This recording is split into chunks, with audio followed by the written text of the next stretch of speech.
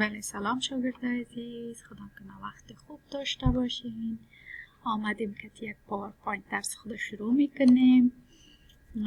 فامیلی فروگور، سوالا درباره فامیل. دو گیفت، آیا تو ازدواج شده هستی؟ وات هتر دین من، چی نام دارد شوهرتون؟ وات هتر دین فرو، چی نام دارد خانمتون؟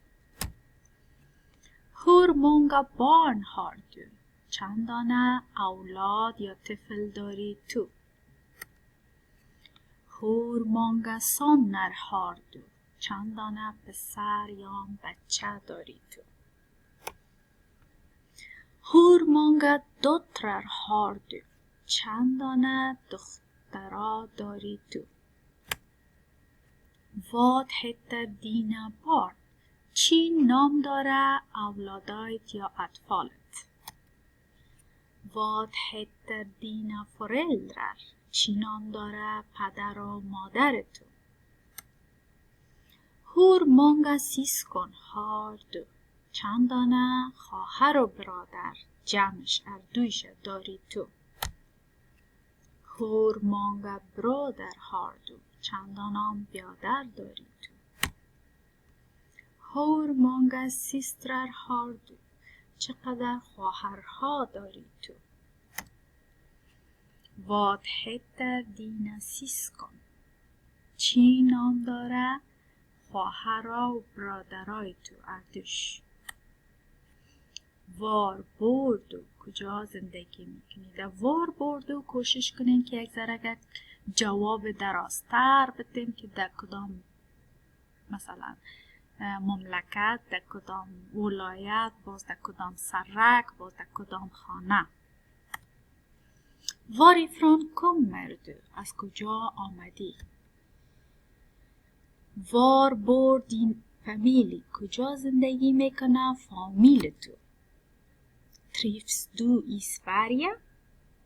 trivs du میگه خوش هستی یا آرام هستی یا احساس خوب میکنی از بودن در سویدن؟ trivs du i Malmö، از بودن در مالمو خوشت میاد، آرام هستی. trivs یعنی آرام بودن، خوش بودن. مثلا میتونین بگوین trivs du i klassrummet، مثلا trivs یعنی که احساس آرام کردن، خوش بودن، راضی بودن از یک چیز است. trivs راضی بودن، خوش بودن، رضایت داشتن. درست است؟ میریم کارخانگی خود میبینیم چی داریم. از دلتید کارخانگیش امروز نیست، بخاطر که امروز از جمعه fredag 11 سپتامبر. اینی تکسته که دین روز شما خوانده. این تکسته که خواندین، گوش کردین، خواندین، اینجا میارین نوشتش میکنین. skriv av texten، میگن نوشته کنین از این تکست بالا. میریم باز میبینیم چی است. ای هم fredag 11 سپتامبر است. svara på frågorna، جواب بدین به سوال ها. hur gammal är Billy، گفته چند ساله است بیلی.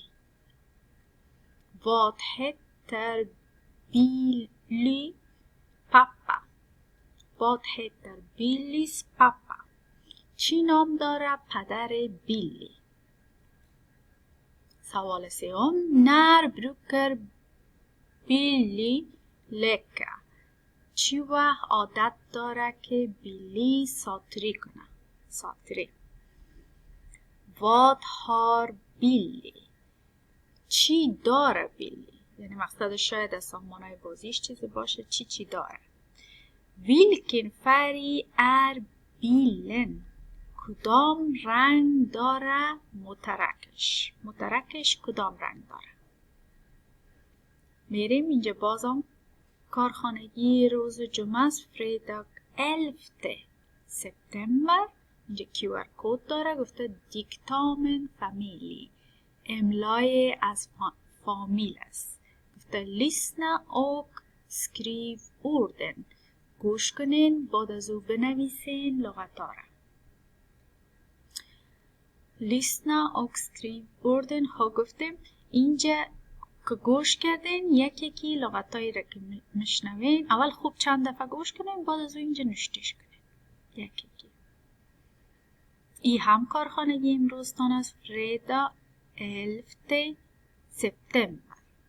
skriv med siffror.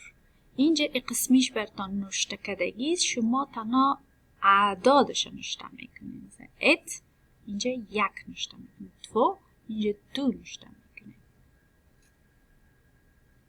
اینجا گفته skriv med bokstäver، اینجا با حروف نوشته میکنین که ات مثلا اینجا سکن مثالش صفر نوشته و اینجا نول. اینجا ات است، ات کت حروف نوشته میکنیم و اینجا برعکس بالا. ای هم fredag 11 september. presentera dig، خود معرفی کن. gör en film där du presenterar dig. میگه جور کو یک تا فیلم که تو خود معرفی کنی. prata på svenska، حرف بزن در سویدنی.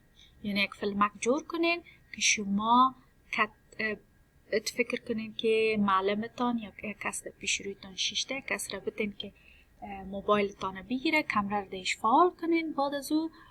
بعد از خوب تمرین زیاد باز میشینین پیش روی کمره خود معرفی میکنین و یک کسی ویدیویتان میگیره ثبت میکنه بعد از او با معلمتان روانش میکنین. هر دفعه صدایتان روان میکنین، این دفعه فیلمتان را اینجا روان میکنین. درست است؟ کارخانگیتان هم قدر بود خدا کنه فهمیده باشین. باز هم اگه سوال پیش میشه میتونین که یا با من یا با لیسا به تماس شوین. روز خوب داشته باشین. خدا حافظ.